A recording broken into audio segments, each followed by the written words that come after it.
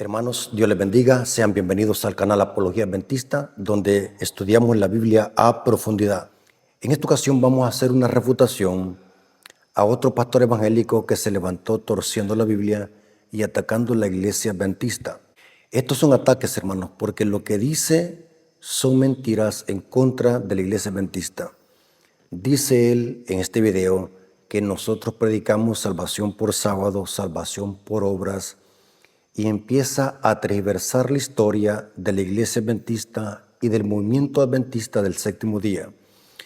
Pero en esta ocasión no vamos a enfatizar la historia de la iglesia adventista, vamos a trazar el tema basado en doctrina. Vamos a usar pura Biblia para desmantelar la mala interpretación que este pastor hace de los textos bíblicos para atacar el cuarto mandamiento de la ley de Dios. Antes de iniciar, quiero aclarar un punto, como siempre lo hemos dicho. El objetivo de estos temas no son para atacar a la persona, sino que es para atacar la falsa doctrina y la tergiversación que hace de los textos bíblicos. Yo siempre le he dicho, y lo sostengo, no basta con que alguien cite la Biblia. Es importante ver y analizar el contexto en que se dijo esa palabra o ese versículo bíblico, porque recordemos de que Satanás también cita la Biblia. Lo hizo en el desierto de la tentación. El diablo usó la Biblia, pero la tergiversó. Usó parte del Salmo 91, pero sacó de contexto la promesa del Salmo 91. Necesitamos hacer buenas interpretaciones del texto bíblico. ¿Por qué razón, hermano? Porque la Biblia hace más de 2000 años y hace más de 4000 años se inspiró a los profetas. Por lo tanto, hermanos, nos hemos alejado de la revelación directa que Dios le dio a los profetas y a los apóstoles. Por tanto, hoy necesitamos una correcta interpretación para saber qué quiso decir el profeta o el apóstol con esas palabras. Hoy no existe revelación directa como la hacían los profetas y como Cristo se comunicaba con los apóstoles. Hoy tenemos la palabra escrita, por lo tanto se necesita interpretación. Analicemos cómo este pastor manipula los textos bíblicos y los saca de contexto. Veamos.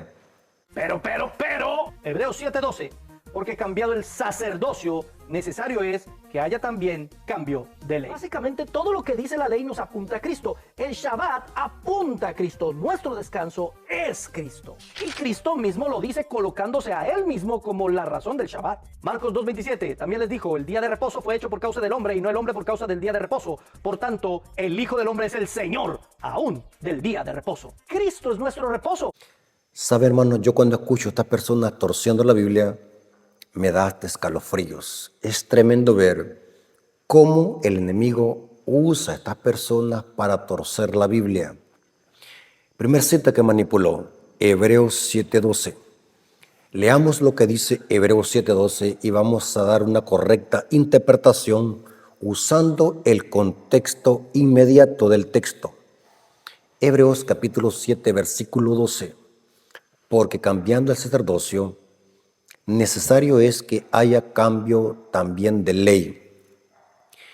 Este protestante dice que acá se refiere de que el sábado quedó abolido.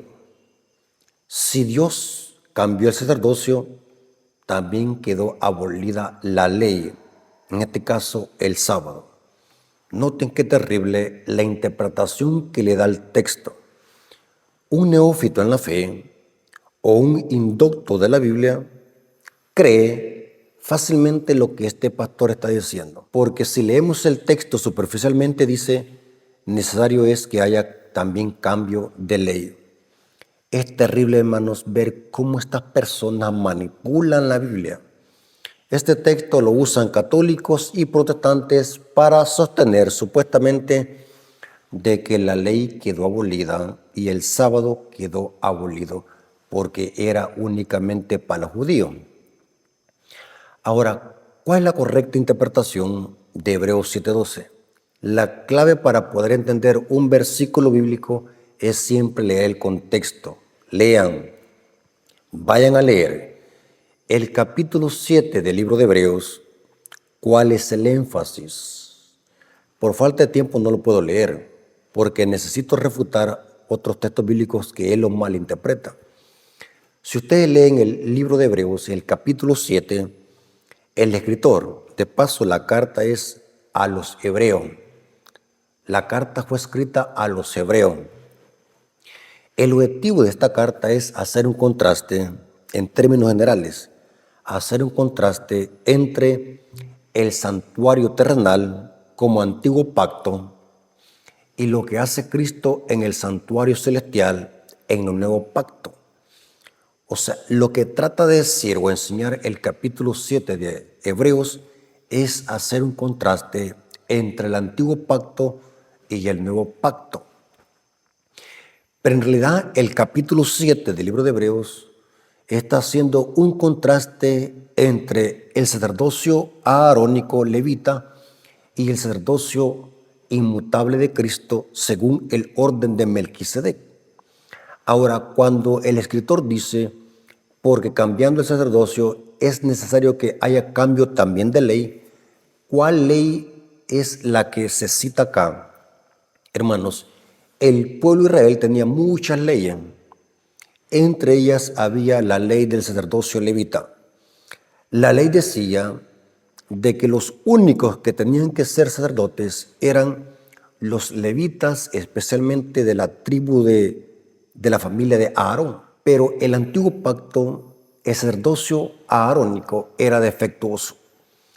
La ley decía que solamente ellos tenían que ser sacerdotes, los de la tribu de Leví, especialmente de la familia de Aarón.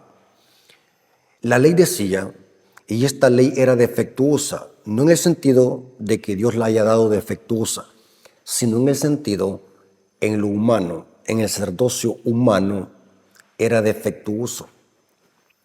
¿Por qué razón? Porque según la ley, los sacerdotes levitas tenían que morir. Y es interesante que también estos sacerdotes levitas tenían que ofrecer sacrificios por su propio pecado. Noten, eran defectuosos.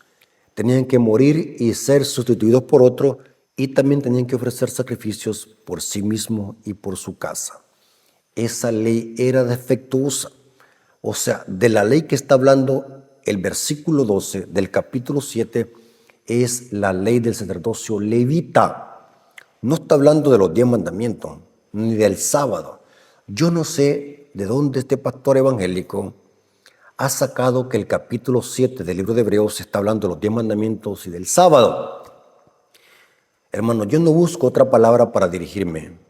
Son tremendos indoctos de la Escritura. Como dijo un predicador una vez, darle el púlpito a un ignorante es como darle un revólver a un loco. La comparación es muy extrema y sarcástica, pero es una gran verdad. Tanta gente ignorante que se pone a hablar detrás de una cámara diciendo disparates y herejía. Pero la culpa no la tienen ellos, la culpa la tiene en el pueblo ignorante que no lee ni estudia. Son cientos de comentarios alabando las herejías que este pastor dice. Tremendo, hermanos. La ley de la cual fue cambiada aquí era la ley del sacerdocio levita. Con la muerte de Cristo, esa ley fue cambiada porque el sacerdocio levita caducó y fue cambiado por el sacerdocio de Cristo, el sacerdocio inmutable de Cristo. En los versículos 18 al 24, el escritor de Hebreos presenta ese contraste entre el sacerdocio defectuoso aarónico y el sacerdocio inmutable de Cristo según el orden de Melquisedec. Leamos. Hebreos capítulo 7, versículos 18 al 24. Queda pues abrogado el mandamiento anterior. ¿Cuál mandamiento? Ese mandamiento que decía que solamente los levitas tenían que ser sacerdotes, especialmente la familia de Aarón. Noten que no dice los 10 mandamientos que Aarón abolido. Habla de un mandamiento específico y es de ese mandamiento aarónico. Queda pues abrogado el mandamiento anterior a causa de su debilidad y de ineficacia. ¿Por qué era débil ese mandamiento? Vamos a ver, era débil por qué razón. Acabo de explicar.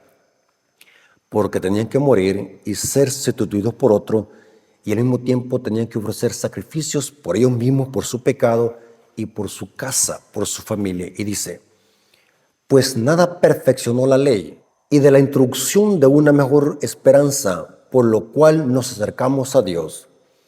Y esto no fue hecho sin juramento, porque los otros, hablando de los sacerdotes levitas, porque los otros ciertamente sin juramento fueron hechos sacerdotes, pero ahora noten el contraste hablando de Cristo, pero con el juramento del que le dijo, juró el Señor, y no se arrepentirá, tú eres sacerdote para siempre según el orden de Melquisedec. Por tanto, Jesús es hecho fiador de un mejor pacto. Noten el contraste del sacerdocio arónico con el de Cristo. El antiguo pacto tenía 4 aspectos, y esos 4 aspectos se modifican en el nuevo pacto. Por ejemplo, el antiguo pacto tenía un sacerdocio arónico, literal, que morían y eran pecadores. El antiguo pacto tenía una ley ritual que era de sacrificar cordero. El antiguo pacto también tenía un rito que se llamaba la circuncisión. Y también el antiguo pacto tenía los 10 mandamientos escritos en 2 tablas de piedra. Noten 4 aspectos que tenía el antiguo pacto. Un sacerdocio defectuoso arónico, sacrificios de cordero, la circuncisión y las tablas de la ley. Con la muerte de Cristo se establece un nuevo pacto. Cristo ahora es el sacerdote y la iglesia pasa a ser, en un sentido espiritual, un sacerdocio. Con la muerte de Cristo ya no se sacrifica en cordero, porque Cristo hoy es el cordero. En el antiguo pacto había un rito que se llamaba la circuncisión, que se hacía en el prepucio. Con la muerte de Cristo, la circuncisión hoy es en el corazón, dice Pablo. En el antiguo pacto, los 10 mandamientos estaban escritos en 2 tablas de piedra. En el nuevo pacto, esos mismos mandamientos están escritos en la mente y el corazón de sus hijos, dice la Biblia. Esto lo ignoran los protestantes, porque el tema del libro de Hebreos es hacer un contraste entre la ley levita y el sacerdocio inmutable de Cristo. Ese mandamiento fue abrogado. ¿Cuál mandamiento? Esa orden de que solamente los sacerdotes levitas tenían que ser sacerdotes y que ellos tenían que sacrificar corderos para sí mismos y para su familia, aparte que morían y eran sustituidos por otro. Por lo tanto, lo que vimos de que este pastor evangélico lo que hace es manipular el texto bíblico de Hebreos 7:12. Pueden leer todo el capítulo, léanlo, y van a ver que en ninguna parte se mencionan 10 mandamientos ni el sábado, porque el tema del capítulo 7 de Hebreos no es ese. Tengamos cuidado, dice Pedro, con los indoctos que tuercen las escrituras. Ahora, vamos a ver el otro versículo que manipula. Hay varios versículos que manipula.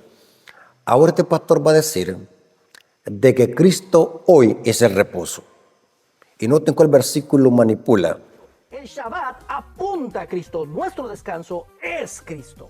Y Cristo mismo lo dice colocándose a Él mismo como la razón del Shabbat. Marcos 2:27 también les dijo, el día de reposo fue hecho por causa del hombre y no el hombre por causa del día de reposo. Por tanto, el Hijo del Hombre es el Señor aún del día de reposo. Cristo es nuestro reposo. Hermanos, a kilómetros se nota de que este pastor manipula la cita bíblica. Esto es manipular descaradamente la Biblia. Y la gente está tan ciega que no puede captar porque no estudian. Hermanos, vivimos en una época, yo creo que estamos viviendo en la época, en la generación, donde abunda más la ignorancia. La gente no le gusta estudiar, no le gusta leer, no le gusta crecer en conocimiento en ningún aspecto. Vamos a ver si es verdad que Marcos 2, 27 y 28 habla de que Cristo es el reposo. Leamos. También les dijo, el día de reposo fue hecho por causa del hombre, y no el hombre por causa del día de reposo. Por tanto, el Hijo del Hombre es Señor del día de reposo. Hermanos, disculpen mi ignorancia, puede ser que esté equivocado. Muéstreme allí donde Cristo dijo que Él era el reposo. Muéstreme allí donde Cristo haya dicho que Él es el sábado o el relevo del sábado. No, hermano. El texto dice que Cristo es el Señor del sábado. No dice que Él es el sábado. No confundan dos cosas. Cristo no es el sábado. Cristo es el Señor del sábado. Por tanto, el Hijo del Hombre es Señor aún del día sábado. Ahora, ¿cuál es el contexto de esta palabra? Si nosotros leemos el contexto, Cristo en el capítulo 2 de Marcos hizo un milagro de un paralítico que lo metieron por el techo y tuvo un altercado con los fariseos. Los fariseos le dicen, ¿por qué tus discípulos hacen lo que no es lícito en el día de reposo? Y en ese contexto Cristo dijo lo siguiente, Marcos 2, 24 al 26. Entonces los fariseos le dijeron, mira, ¿por qué hacen en el día de reposo lo que no es lícito? Esa palabra lícito es un término legal. Los jueces, los abogados, los notarios usan esos términos. Lícito viene de legalidad, algo legal. Pero él les dijo, noten, la respuesta que Jesús les da, ¿a quiénes? A los fariseos. ¿Nunca leíste lo que hizo David cuando tuvo necesidad y sintió hambre? Él y los que con él estaban. ¿Cómo entró en la casa de Dios, siendo Abiatar sumo sacerdote, y comió los panes de la proposición, de los cuales no es lícito comer, sino a los sacerdotes, y aún dio a los que con él estaban? Y Cristo, como Señor del sábado, o como dueño del sábado, tiene potestad de definir lo que se puede hacer en sábado y lo que no se puede hacer. O sea, que los apóstoles cortaran espigas en sábado o que Cristo hiciese milagros en sábado, eso no quebrantaba el sábado ni quebrantaba el mandamiento. Porque Cristo dijo en Mateo 12, es lícito hacer bien en el día de reposo. Y Cristo como Señor del sábado tiene potestad, Él es el dueño, define o decide lo que es permitido hacer en sábado y lo que no es permitido, confrontando el mal concepto que tenían los fariseos de quebrantar el sábado. Según las tradiciones de los fariseos y la mentalidad que tenían los fariseos extremistas de que recoger espigas o arrancar espigas en sábado o hacer milagros en sábado era pecado, según los fariseos. Y Cristo vino a rescatar el sábado de tanta tradición pesada que los fariseos le habían impuesto al sábado. Enseñó que las obras de misericordia están en perfecta armonía con la ley y puso el ejemplo de David cuando comió los panes que solamente le podían pertenecer a los sacerdotes en el santuario. Hermanos, las obras de misericordia y hacer el bien está permitido por Cristo, porque Él es el dueño del día sábado. Cristo es el creador del día sábado. Cristo es Señor del sábado, no dice que es el sábado. ¿A dónde dice que Cristo vino a ponerse en lugar del sábado? ¿A dónde dice que Cristo vino a hacer el relevo del sábado? ¿A dónde dice que Cristo vino a ser el sustituto del sábado? Dice que el Hijo del Hombre es Señor del sábado. Veamos la otra cita que manipuló. Colosenses 2:16. Cristo Cristo es nuestro reposo. Y Pablo termina argumentándolo. Colosenses 2:16. Por tanto, nadie os juzgue en comida o en bebida o en cuanto a días de fiesta, lunas nuevas o días de reposo. Todo lo cual es sombra de lo que ha de venir. Pero el cuerpo es de Cristo. El día de reposo era sombra de Cristo. No es algo para practicar para siempre. Era sombra de nuestro reposo, de nuestro descanso en Cristo. Esta cita, hermanos, ya le hemos explicado muchas veces en este canal. Yo he notado, hermanos, que los mismos argumentos que usan los católicos usan los protestantes. Y lo que me llama la atención, hermanos, cómo manipulan la cita bíblica. Pero esta cita tiene su contexto. Notaron que el pastor protestante, no sé si es pastor, disculpen, yo le llamo pastor, pero no sé si será pastor o será algo otro youtuber de esos de que se hacen teólogos buscando información en Google. Hermanos, quiero explicarles lo siguiente. Este versículo debe interpretarse en su contexto inmediato. Hermanos, si leemos este versículo superficialmente, podríamos entender de que Pablo, el gran apóstol Pablo, que escribió 14 cartas que se conocen, está atacando la distinción de comidas limpias e inmundas o atacando el día del Señor que Dios santificó. Claro, si tenemos un estudio superficial, porque estos evangélicos, hermanos, no estudian la Biblia. Esto es lo que les encanta, citar la Biblia. Igual como los católicos para defender el purgatorio, para defender la Asunción de María y para defender el escapulario, para defender el primado de Pedro, lo que hacen es aprenderse citas bíblicas y las disparan a lo loco. No se ponen a estudiar el contexto de esa cita. La Biblia tiene su propia interpretación. ¿Y cuál es la interpretación correcta? Dejando que la Biblia se interprete sola. En este caso, Colosenses 2:16. Este pastor evangélico dice que acá se refiere de que el sábado quedó abolido. Es tremendo, hermanos, y lo digo otra vez, es tremendo ver tanta ignorancia. Me da una gran decepción ver tanta gente engañada que no quieren estudiar la Biblia. Repiten como loro lo que otro dice.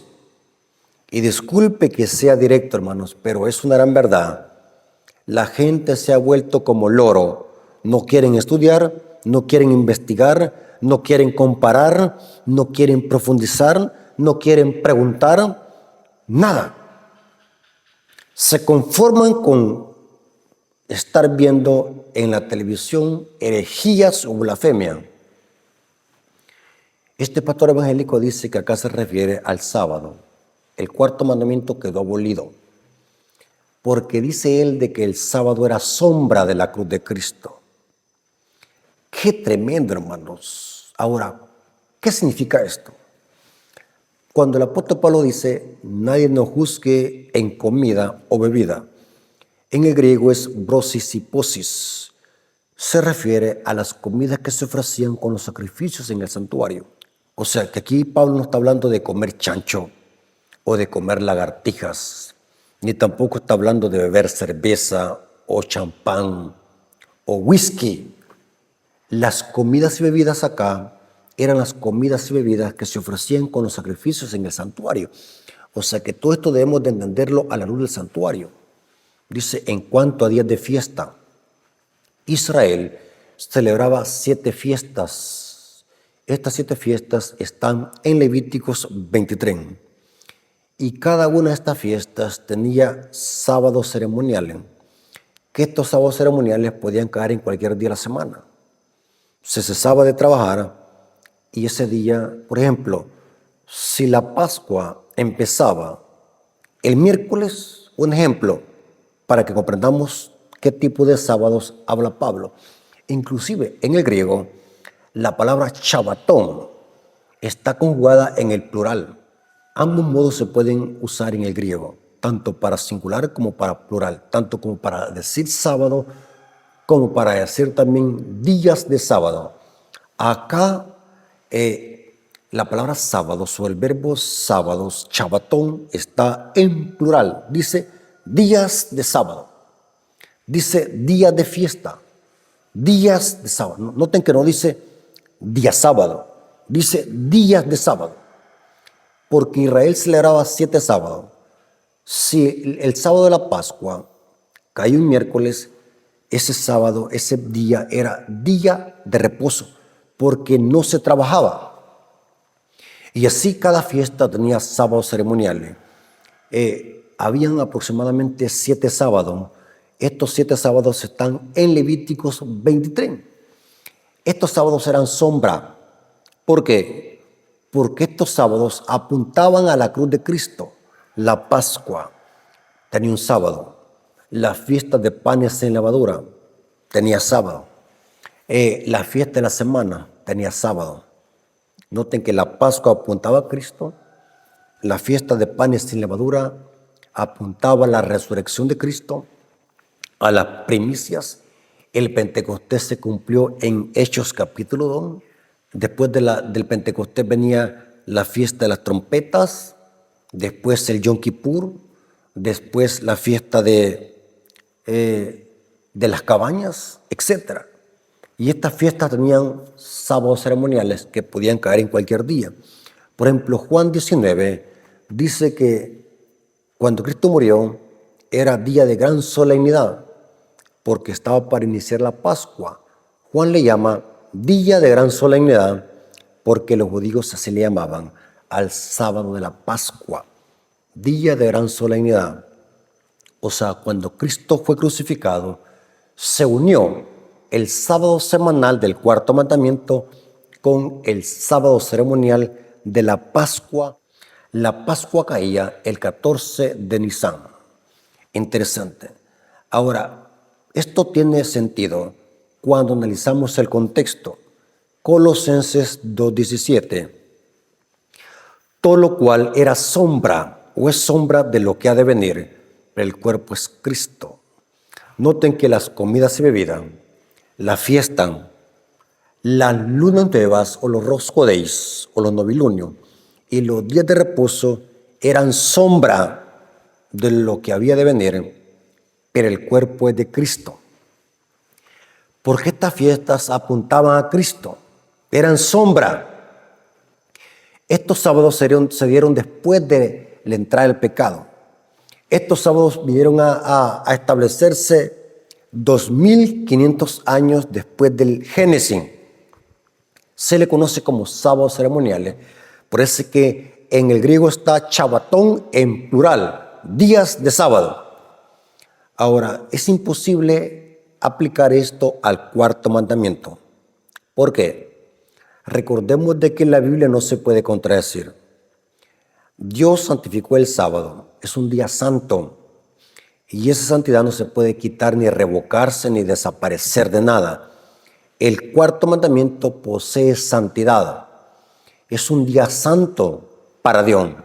No es de los judíos, ni de los adventistas. Es sábado de Jehová. Cuando Dios santificó el sábado, fue antes del pecado. Génesis 2:3. Mientras que los sábados ceremoniales vinieron a darse después de la entrada del pecado, 2500 años después del Génesis. Lo que era sombra era que los sábados ceremoniales, que eran 7, asociados con los roscodeis o las santas convocaciones. Lean Levíticos 23. Ahora, ¿por qué es importante saber o comprender que es imposible que Pablo esté hablando aquí del cuarto mandamiento? Porque el cuarto mandamiento no es sombra de nada. Cuando Dios santificó el sábado, no había necesidad de cruz porque el pecado aún no había entrado. Lean. El pecado vino a entrar ya en Génesis capítulo 3. El sábado lo vemos en el Génesis 2. ¿Cómo va a ser sombra el sábado del cuarto mandamiento si aún no había necesidad de cruz? Lógica.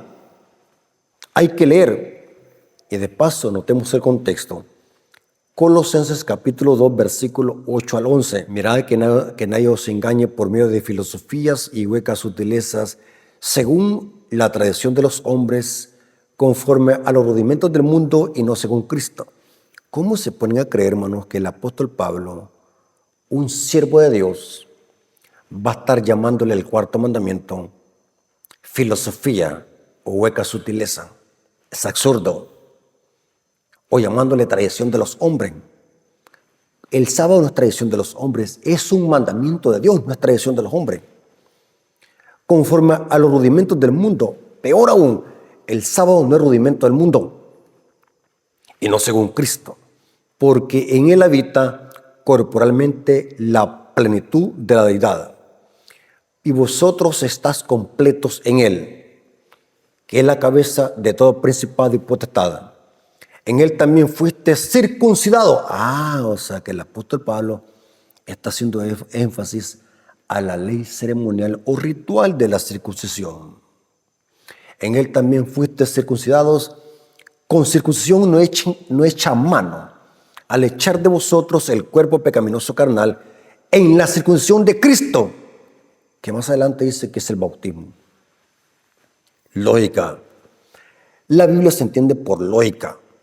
La Biblia no la puede interpretar un loco, porque la Biblia se interpreta con lógica, con uso de razón, con sentido común. Este pastor dice que acá, Colosenses 2:16, está hablando del sábado del cuarto mandamiento. Entonces Pablo le está llamando al sábado del cuarto mandamiento filosofía, hueca sutileza, rudimentos del mundo. Absurdo e ilógico y mala interpretación del texto. Ahora, el sábado del cuarto mandamiento, ¿cuál es la función? Los sábados ceremoniales, su función es apuntar la cruz de Cristo, el sacrificio de Cristo. Mientras que el cuarto mandamiento tiene otra función. El sábado del cuarto mandamiento tiene otra función y es señalar a Cristo como el creador. Bien diferente. Los sábados que son sombra son los ceremoniales, apuntan a Cristo. Mientras que el cuarto mandamiento, el sábado semanal, séptimo día, señala a Cristo como el creador, porque hace una referencia al Génesis, el mandamiento. Éxodo 20:11, porque en 6 días hizo Jehová los cielos y la tierra. ¿A dónde encontramos esto? En Génesis 2:3. Porque en 6 días hizo Jehová los cielos y la tierra, el mar y todas las cosas que en ellos hay, y reposó el séptimo día. Por tanto, Jehová bendijo el día de reposo y lo santificó. Mi Biblia concuerda Éxodo 20:11 con Génesis 2:3. Hermanos, ¿comprenderán la diferencia? Los días de reposo de los que habla Pablo acá en plural, en Colosenses 2:16, se refiere a los sábados ceremoniales que eran 7, que eran sombra de la cruz de Cristo. El cuarto mandamiento no es sombra de nada, es un monumento recordativo de la creación. Apunta a Cristo como el creador. Mientras que los sábados ceremoniales, que eran 7, apuntan a Cristo como redentor. Dos cosas diferentes. Cristo es creador y Cristo es redentor. Ahora, ¿saben, hermanos? Yo estuve investigando que en las iglesias protestantes hay gente inteligente y estudiada. Me respeto. Así como hay indoctos como este hermano, disculpen la palabra, pero la gente que escucha a este hermano son indoctos.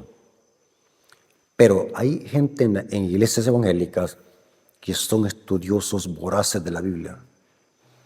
Estoy investigando qué dicen otros comentaristas, noten que no son adventistas. Estoy investigando qué dicen otros comentarios sobre Colosenses 2:16 y lo que descubrí es aterrador. Voy a citar un famoso teólogo que ya murió, pero famoso, Albert Banks. En su libro Notas del Nuevo Testamento, tomo 7, página 267, Albert Banks es un ministro y teólogo presbiteriano. No diga que es adventista, es presbiteriano, nada que ver con adventista. Y noten cómo comenta sobre Colosenses 2:16, Albert Banks. Este comentario está en inglés y yo lo traduje en español. Noten cómo dice Albert Banks en su libro, tomo 7, página 267, comentario de Albert Banks del Nuevo Testamento. Dice así, se lo voy a leer porque necesito que escuchen lo que dice Albert Banks. En este pasaje no hay evidencia alguna de que Pablo enseñe que no había obligación de observar ningún día como sagrado, pues no hay ni la más mínima razón para creer que quería enseñar que uno de los 10 mandamientos había cesado de ser obligatorio para la humanidad. Si Pablo hubiera usado la palabra en número singular, sábado, entonces sería claro, por supuesto, dice Albert Banks, que quería enseñar que el cuarto mandamiento había dejado de ser obligatorio y que el sábado ya no había de guardarse. Pero dice él, pero usó la palabra en numeral plural en su conexión, que vimos de que en el griego es chabatón, pero en el plural. Demuestran, dicen, en su conexión demuestran que Pablo estaba pensando en numerosos días que eran observados por los hebreos como fiesta, como parte de la ley típica ceremonial y no la ley moral de los 10 mandamientos. Y noten cómo termina su comentario. De ninguna parte de la ley moral, de ninguno de los 10 mandamientos podría decirse que sombra lo porvenir. Estos mandamientos son por naturaleza de ley moral de perpetua y universal obligación. Me quedé impactado. Qué poderoso comentario hace Albert Banks. Si tan siquiera estos pastores evangélicos supieran esto, salieran de estos sistemas que son Babilonia. Hermanos, me encanta refutar a estas personas porque son tan débiles en la Biblia que no saben ni qué significan los textos bíblicos. Tremendo, hermanos. Ahora vamos a ver cómo también manipula otros pasajes bíblicos. Lo que sí encontramos en la palabra es que los primeros cristianos no se reunían el sábado, sino el domingo en homenaje a la resurrección del Señor. Hechos, capítulo 20, verso 7. El primer día de la semana reunidos los discípulos para partir el pan, Pablo les enseñaba, habiendo de salir al día siguiente, y alargó el discurso hasta la medianoche. Y en primera a los Corintios 16:2 nos dice que las ofrendas eran recolectadas el primer día de la semana, es decir, el domingo. ¿Cómo recolectaban las ofrendas el primer día de la semana si no era porque el primer día de la semana se reunían? Hermanos, una de las principales herramientas del texto bíblico o de la interpretación bíblica que se le conoce como exégesis. La exégesis es extraer lo que dice el texto bíblico.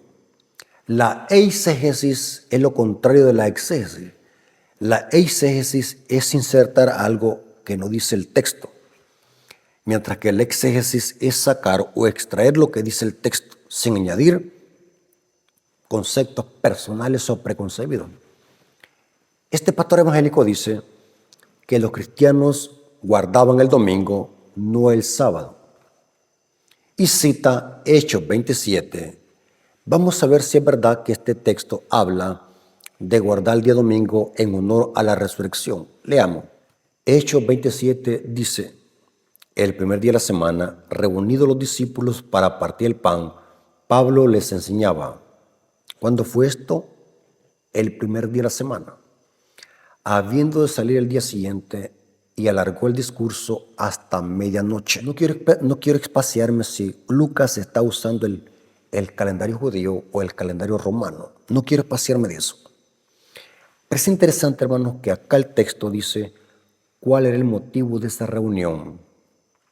Era una reunión apresurada. Dice que Pablo tenía que salir el día siguiente y alargó el discurso hasta medianoche. Dice ahí el texto que un joven llamado Eutico se cayó y cayó muerto y Pablo lo resucitó. Pero el texto, noten, dice que Pablo tenía que salir el día siguiente. O sea que el motivo de esta reunión no era por guardar el día domingo en honor a la resurrección. Esta reunión se hizo como de emergencia porque Pablo tenía que partir el día siguiente. Inclusive la Biblia de Jacobo, que es la Biblia de King James en inglés, dice que Pablo estaba listo para partir el día siguiente. O sea que el texto no dice que esta reunión era porque estaban guardando el día domingo en honor a la resurrección. Inclusive los católicos dicen de que aquí la palabra partir el pan se refiere a misa. Es otro error teológico. El partir el pan es posible que se refiera a la cena del Señor. Saben de que la iglesia primitiva hacía la cena todos los días, partían el pan todos los días en el templo. No podemos pensar de que simplemente por partir el pan ese día era un día sagrado. No, hermano. Pero el motivo de esta reunión, ¿cuál era? Pablo tenía que partir el día siguiente. Nada que ver. No hay ninguna indicación de que Pablo estuviese guardando el día domingo en honor a la resurrección. No hay ni la más mínima idea para incrustar eso al texto bíblico. Lo que hace este pastor es torcer la Biblia. Cuando leemos el contexto, que es el versículo 6 de Hechos 20, notamos de que Pablo estuvo 7 días en Troa y posiblemente, según el contexto, Pablo quería despedirse de estos hermanos y quiso hacer esta reunión el primer día de la semana porque el día siguiente quería partir. Ese fue el motivo de esta reunión, porque Pablo tenía que partir. La otra cita que manipuló es esta. Escuchemos. Y en primera a los Corintios 16:2 nos dice que las ofrendas eran recolectadas el primer día de la semana, es decir, el domingo. ¿Cómo recolectaban las ofrendas el primer día de la semana si no era porque el primer día de la semana se reunían? Hermanos y amigos, 1 Corintios capítulo 16, versículo 2 tampoco habla de guardar el día domingo en honor a la resurrección. Leamos cómo dice el texto. 1 Corintios capítulo 16, versículo 2. Cada primer día de la semana, cada uno de vosotros ponga aparte algo, según haya prosperado, guardándolo, para que cuando yo llegue no se recojan entonces ofrenda. Según el contexto, da a entender de que esta ofrenda se recogía en cualquier reunión, ya sea en la casa o en cualquier reunión. Eso da a entender. Y el primer día de la semana Pablo pasaba recogiendo su ofrenda. Se recogía antes en alguna reunión, o ya sea en la casa, y Pablo pasaba el primer día de la semana recogiendo su ofrenda. ¿Para qué era esa ofrenda? El versículo 3 dice que era para los hermanos pobres de Jerusalén. En la iglesia de Jerusalén había una crisis económica, había una pobreza. Y Pablo acostumbraba a pedir ofrendas a las iglesias de Galacia. Aquí a los corintios les pidió ofrenda y a muchas iglesias para llevarles ayuda a los hermanos de Jerusalén. O sea, el motivo de esta colecta era una colecta de recogerla el primer día de la semana, era para llevarle a los pobres de Jerusalén. No era por guardar el día domingo en honor a la resurrección. Este pastor lo que hace es volver a torcer la cita bíblica. Aquí no hay por ningún lado domingo en honor a la resurrección.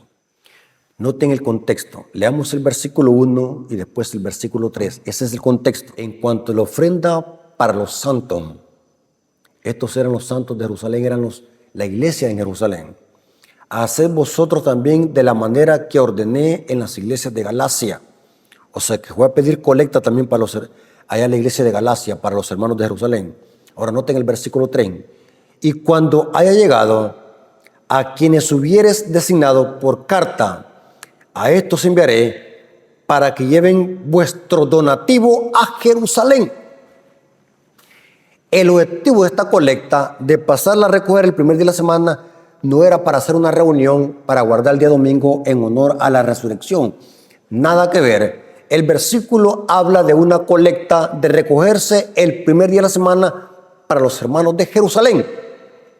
Aquí lo que hizo este pastor, igual como los católicos, hermano, tuercen la Biblia para justificar el descanso dominical. ¿Por qué razón Dios tendría que abolir su día santo y sagrado? Si Dios tenía un propósito de abolir ese día en un futuro, ¿para qué lo iba a santificar o hacerlo sagrado? ¿Para qué también lo iba a reposar Él? No tiene sentido, hermanos. Hay cosas que se entienden hasta por lógica. Ahora, es interesante que leer la Biblia. Esto lo desconocen estos evangélicos. Los apóstoles y los discípulos nunca usaron el domingo para recordar la resurrección de Cristo. La iglesia primitiva tenía dos emblemas para recordar la muerte y resurrección de Cristo. Era el bautismo y la cena del Señor. Nunca usaron el domingo. Yo desafío a algún evangélico que me muestre un texto bíblico donde los discípulos hayan guardado el día domingo en honor a la resurrección de Cristo. No hay ningún texto bíblico que diga de que la iglesia primitiva guardaba el día domingo en honor a la resurrección de Cristo. Error. Las dos instituciones que conmemoraban la muerte y resurrección de Cristo eran la Cena del Señor y el bautismo. Cito 1 Corintios 11, 26 y Romanos capítulo 6, versículos 4 al 5. Ahora, así a grandes rasgos, les voy a demostrar que en el Nuevo Testamento solamente hay 8 versículos que hablan del primer día de la semana.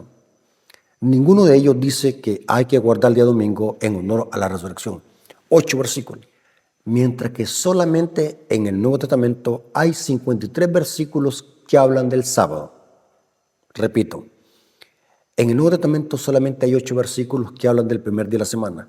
Y hay 53 versículos que hablan del sábado. Voy a dar algunos textos bíblicos para demostrar que la iglesia primitiva, los discípulos, no padres de iglesia, porque la iglesia no se rige por padres de iglesia, sino por un escrito está. Los padres de iglesia no eran infalibles, podían equivocarse, no eran inspirados. Podemos citar a padres de iglesia siempre que tenga armonía con la Biblia, porque si creemos todo lo que los padres de la iglesia dijeron, entonces tendríamos que creer que eran inspirados. No creemos en inspiración de padres de iglesia, creemos en inspiración de profetas y apóstoles. Ahora vamos a ver lo que dice la Biblia. Primera evidencia, Cristo dijo a los discípulos en Mateo 24, 20, orad para que vuestra huida no sea en invierno ni en sábado. Eso dice Mateo 24, 20. ¿Cuándo se cumplió esta profecía o esta predicción de Cristo? Se cumplió en el año 70, cuando los romanos invadieron a Jerusalén. El sitio fue en el año 66 y la destrucción fue en el año 70. El sitio fue la escapatoria. En el año 66 fue la escapatoria para que los discípulos salieran a huir. 40 años después, los discípulos estarían guardando ¿qué? El sábado. Porque esta profecía se cumplió en el año 70. O sea, 40 años después de la muerte de Cristo. Los discípulos iban a estar guardando el sábado. ¿Y qué dijéramos de Lucas? Un médico gentil. Lucas era un historiador y médico gentil. Su libro, Lucas, fue escrito, según la historia, en el año 62 después de Cristo. O sea, 32 años después de la muerte de Cristo y de la resurrección, Lucas le llama al sábado el mandamiento. Hablando de las mujeres piadosas, dice que las mujeres piadosas descansaron el sábado según el mandamiento. O sea, 32 años después de la resurrección de Cristo, Lucas sigue llamándole al sábado mandamiento. Las mujeres piadosas guardaron el sábado conforme al mandamiento. Eso dice Lucas capítulo 23, versículos 53 al 56. Ahora, vamos a ver algunas citas bíblicas para demostrar que sí, en verdad, los discípulos, los apóstoles, guardaban el sábado o se reunían en sábado. Quitemos esa palabra de guardar, si la interpretan mal los evangélicos. Los discípulos se reunían en sábado. Primer texto bíblico, Hechos 13, 27. Porque los habitantes de Jerusalén y su gobernante, no conociendo a Jesús ni las palabras de los profetas que se leen todos los días sábados, las cumplieron al condenarle. Noten que las palabras de los profetas que se leen todos los días sábados, porque la Torá se leía en las sinagogas todos los sábados. Lo dice el libro de Lucas. Aquí está hablando Lucas, porque el libro de Hechos es seguimiento del Evangelio de Lucas. Son 2 tratados escritos a Teófilo. Hechos 15, 21. Porque Moisés desde tiempos antiguos tiene en cada ciudad quien lo predique en la sinagoga, donde es leído cada día sábado. Noten que los discípulos se reunían para leer a Moisés, o sea, sus escritos, todos los sábados. Noten, Pablo y otros discípulos se congregaban en sábado, tanto con judíos como gentiles conversos. Dice un evangélico, no, aceptamos de que Pablo se reunía, Pero Pablo no guardaba el sábado. Pablo iba a las sinagogas para predicar a los gentiles o a los judíos. Error. Porque Pablo se reunía en la sinagoga los sábados con judíos convertidos y con gentiles convertidos. Esto dice Hechos 13:14. Ellos, pasando de Perge, llegaron a Antioquía de Pisidia y entraron en la sinagoga un día de reposo y se sentaron. Pero ahora leamos Hechos 13, versículos 42, y después nos saltamos al versículo 44. Hechos 13, versículo 42, y después nos saltamos al versículo 44. Cuando salieron ellos de la sinagoga de los judíos, los gentiles le rogaron que el día siguiente, día de reposo, les hablase de estas cosas. El siguiente día de reposo se juntó casi toda la ciudad para oír la palabra de Dios. Hermanos, estas personas conocían perfectamente bien la ley de Dios. Sabían de que el sábado es un día santo para congregarse. Ese era el día que Cristo iba a la sinagoga, dice Lucas 4:16. Noten, tanto con judíos y gentiles, Pablo se reunía en las sinagogas para leer las escrituras, los escritos de Moisés. Hechos 18:4. Hechos 18:4 dice, y discutía en la sinagoga todos los días de reposo. Esta palabra discutir es como estudiar la Biblia, tener un debate bíblico para conocer más de la Biblia. Y discutía en la sinagoga todos los días sábados y persuadía a judíos y a griegos. Noten que tanto en las sinagogas se congregaban los sábados judíos y griegos, tanto judíos como gentiles. Hechos 18:11 dice también, Hechos 18:11, y se estuvo allí 1 año y 6 meses. ¿Cuánto, hermano? 1 año y 6 meses, enseñándoles la palabra de Dios. Pregunto, saque su celular y haga el múltiplo. 1 año y medio, ¿cuántos sábados tiene? Equivale a 72 sábados. Solo en un versículo se hablan de 72 sábados. Imagínense, a comparación solamente de 8 versículos que hablan del primer día de la semana, que esas reuniones que se hicieron fueron por otra índole. Por ejemplo, Juan 20:19 dice que estaban reunidos el primer día de la semana por miedo a los judíos y cerradas las puertas a los discípulos. Nada que ver con domingo, día de resurrección. Esto es un invento del romanismo de la Iglesia Católica. Y hay que aceptar que todo esto del domingo es una tradición del catolicismo romano. Y el hecho de que padres de la Iglesia creían de que el domingo era día del Señor, no significa que ellos estaban diciendo la verdad, porque eso carece de fundamento bíblico. Para que el domingo sea día del Señor, Dios tuvo que verlo santificado. Dios tuvo que verlo reposado. Y tiene que ser parte de los 10 mandamientos. Pero el domingo es un día común de trabajo, ¿no? Es el primer día, no es el séptimo, es el primer día de la semana. El domingo no cumple con las características de ser el día del Señor, porque Cristo, aunque resucitó muy de mañana, las primeras horas del día domingo, eso no cambia ni transfiere la solemnidad del sábado al domingo. Solamente en Hechos 18:11 hay 72 sábados. Noten que había también la costumbre de reunirse los sábados. Los discípulos se acostumbraban a hacer reuniones en sábado. Hechos 16:13. Y un día de reposo o un día de sábado salimos fuera de la puerta, junto al río, donde solía hacerse la oración. Sentándonos, hablamos a las mujeres que se habían reunido. ¿Qué día? Sábado. Hechos 17:2. Solamente estoy sacando algunos versículos bíblicos, hermano. Estos temas son extensos, pero solamente estoy sacando estas citas bíblicas para refutar la falacia y la manipulación que hace este hermano evangélico de las citas bíblicas.